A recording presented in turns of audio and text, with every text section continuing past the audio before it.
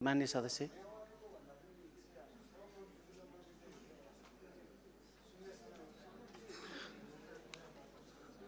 मान्य सदस्यहरू, मान्य मन्त्रीले सभाको विभिन्न समयमा उठेका प्रश्नहरूको जवाफ दिनुभएकोले यसमा स्पष्टीकरणको व्यवस्था नरहेको बेहोरा जानकारी गराउँछु।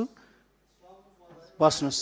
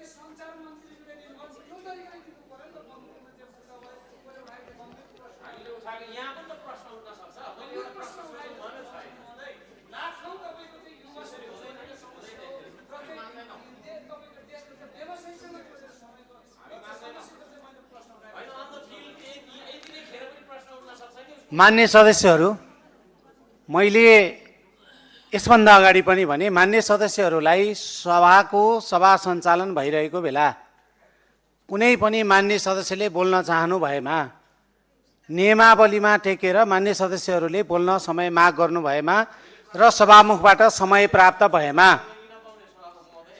सभामुखले आवश्यकताको आधारमा समय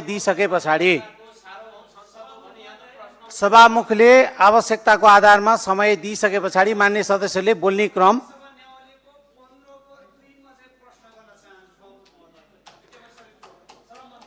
मान्य सदस्यहरूले राख्नु भएको प्रश्नको उत्तर आज दुईटा मन्त्रालयबाट दुईजना मन्त्रीज्यूहरूले प्रश्नको उत्तर दिनुभयो। त्यसमा छुटेका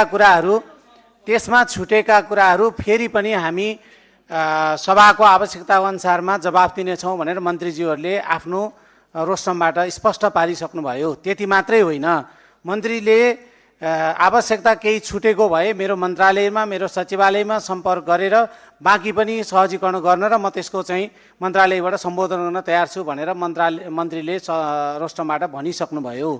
अब यसमा मान्य सदस्यले हरेक मन्त्रीले बोल्ने भाषाको शैली पनि एउटै हुनुपर्छ, बोल्ने तरिका पनि एउटै हुनुपर्छ, त्यही नै बोल्ने कसैले चाहिँ टुक्का भन्नुभयो भने त्यो टुक्का पनि लागु नै हुनुपर्छ अर्को मन्त्रीले भनेर माग गर्नु भने सभाले त्यही दिइरहने हो। मान्य सदस्य, मैले मान्य सदस्यलाई फेरि भनेको छु, मैले मान्य सदस्यलाई आज 3 चोटि रुलिङ गरिसकेको छु। मान्य सदस्यहरूलाई मर्यादामा बस्नुहोस्, यहाँले स्थान बस्नुहोस्, मान्य सदस्य बस्नुहोस्।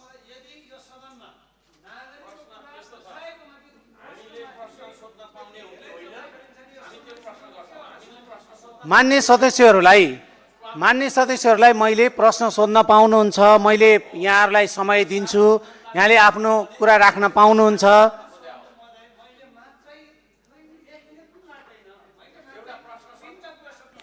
मान्य सदस्यहरूले हरेक दिन मान्य सदस्यहरूले सदनमा गरेको व्यवहार हाम्रो संविधान, हाम्रो कानुन, हाम्रो नियमावली भन्दा फरक छ, मर्यादा भन्दा विपरीत छ। सदन सञ्चालन गर्ने नियमावली भन्दा फरक व्यवहार, अभद्र व्यवहार यहाँहरूले गरिरहनु भएको छ। यस विषयमा मेरो गम्भीर ध्यान आकर्षण भएको छ। मैले मान्य सदस्यहरूलाई सभ्य भाषामा यहाँहरूले समय माग्नुहोस् र विषयवस्तुको आधारमा समय दिन्छु भनेर भनिरहेको छु। जुनसुकै बेला पनि सभाको आफ्नो एउटा मर्यादा हुन्छ।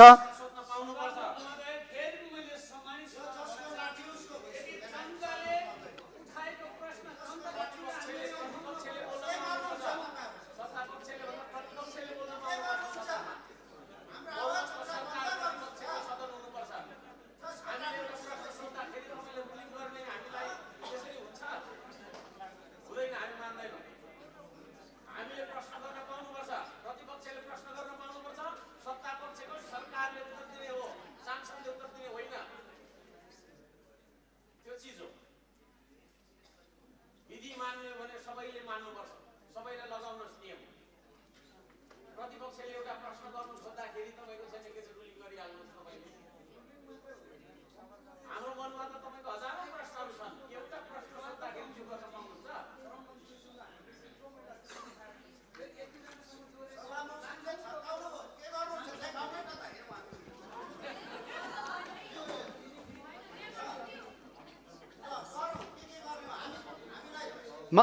मान्य